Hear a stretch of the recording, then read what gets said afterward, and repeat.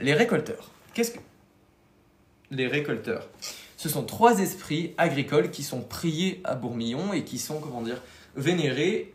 Mais c'est pas tant une religion en mode « Ah, sainte petite souris », c'est des gens qui vont vivre avec parce que c'est des esprits qui existent vraiment, qui existent concrètement, qui sont là et qui ont des répercussions sur la vie des gens et principalement des gens dans les milieux ruraux. Donc je vais vous expliquer ça tout de suite. Il y en a 3 et ça représente à chaque fois une part de l'avarice. Ce sont 3 esprits de l'avarice. Donc le premier, on va commencer par le premier que vous pouvez connaître, c'est la petite souris. La petite souris, ce qu'elle fait, c'est que elle va voler aux riches pour donner aux pauvres, mais pas que. En gros, si jamais vous avez une trop grosse fortune et que vous la gérez mal, ou juste que vous en avez trop pour ce que vous faites, il y a un monde où la petite souris apparaît, prend votre argent et va la donner à quelqu'un de nécessiteux, en le posant la plupart du temps sous son oreiller. Donc un matin, tu peux te réveiller et pouf, tu auras de l'argent.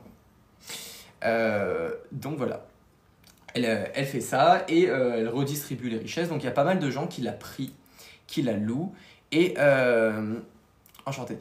Et il y a 2 façons moins directes de demander, mais bref. Du coup, elle redistribue les richesses et c'est pour ça qu'il y a plein de gens qui sont pauvres et nécessiteux qui vont la prier.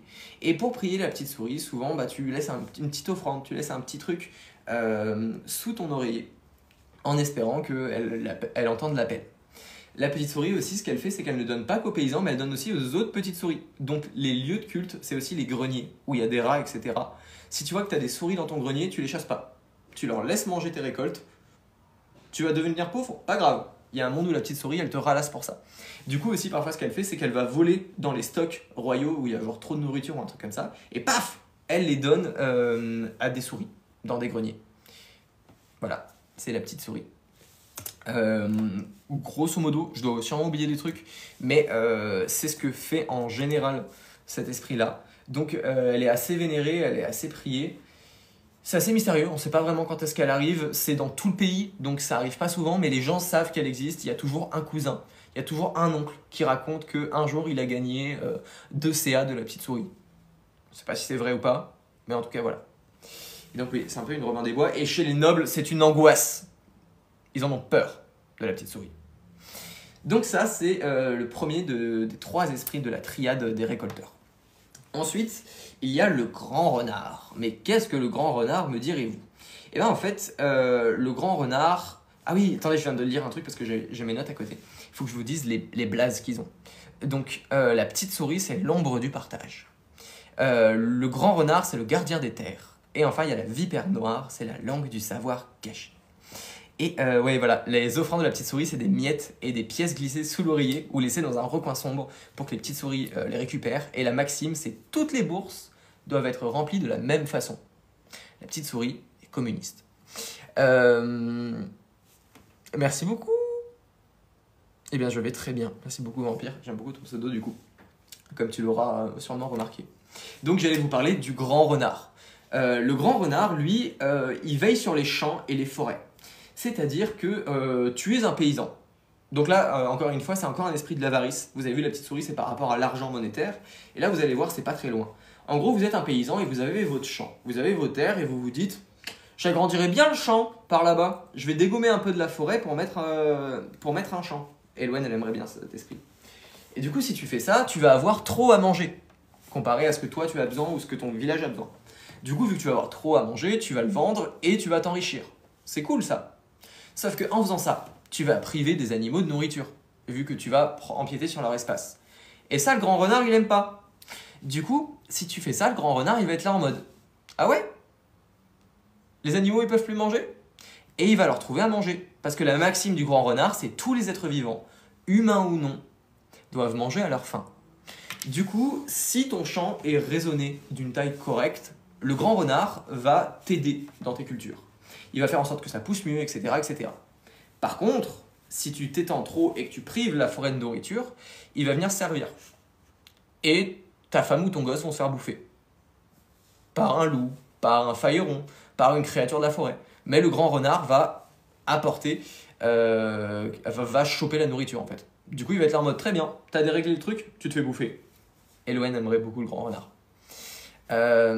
Du coup, voilà.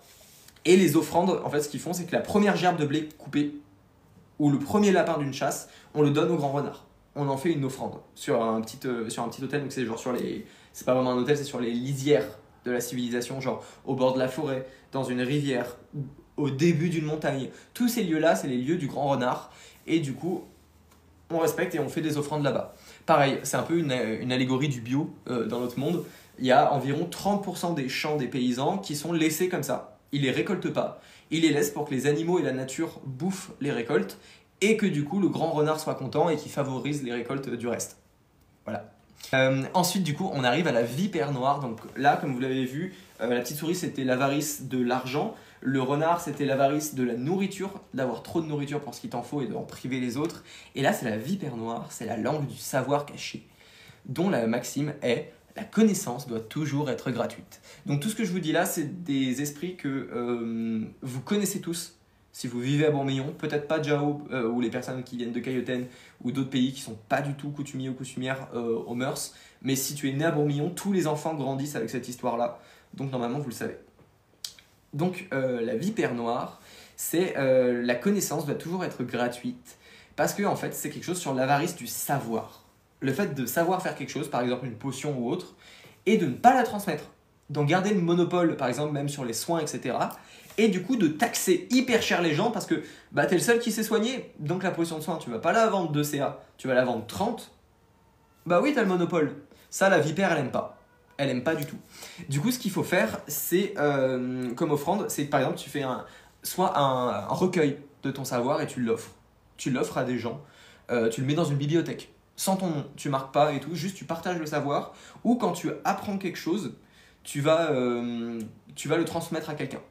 Pareil, si tu crées, comment dire, un soin, tu crées une potion, tu vas en vider une petite partie par terre pour dire, regarde, j'essaye pas de maximiser les profits dessus, j'essaye vraiment de faire quelque chose pour aider les gens. Du coup, elle peut t'aider. Genre tu peux avoir, tu sais, dans ta tête, parfois elle peut chuchoter dans ton oreille quand tu es là et que d'un coup tu es en mode « Oh mais oui, Eureka, c'est ça qu'il fallait, qui manquait à cette potion », c'est peut-être la vipère noire qui te l'a soufflé dans l'oreille. Par contre, il faut faire attention parce que si tu l'arnaques, il y a moyen que ça se retourne contre toi et que ta potion de soin que tu as toujours réussi à faire, tu vas avoir un trou et du coup bah, tu vas foirer ta potion et ça va se transformer en poison. Parce que comme j'aime le dire, de potion à poison, il n'y a pas grand chose. Du coup, c'était ça pour les récolteurs. Donc, c'est des esprits qui sont très connus à Bourguignon et il y a beaucoup de fêtes par rapport à ça. Il y a beaucoup de gens qui font des fêtes de village ou des fêtes parfois nationales en disant vive la petite souris, vive la vipère noire ou vive le grand renard, donc selon les corps de métier. Et chacun va faire un petit peu des fêtes comme ça, des offrandes et parfois il ou elle se pointe.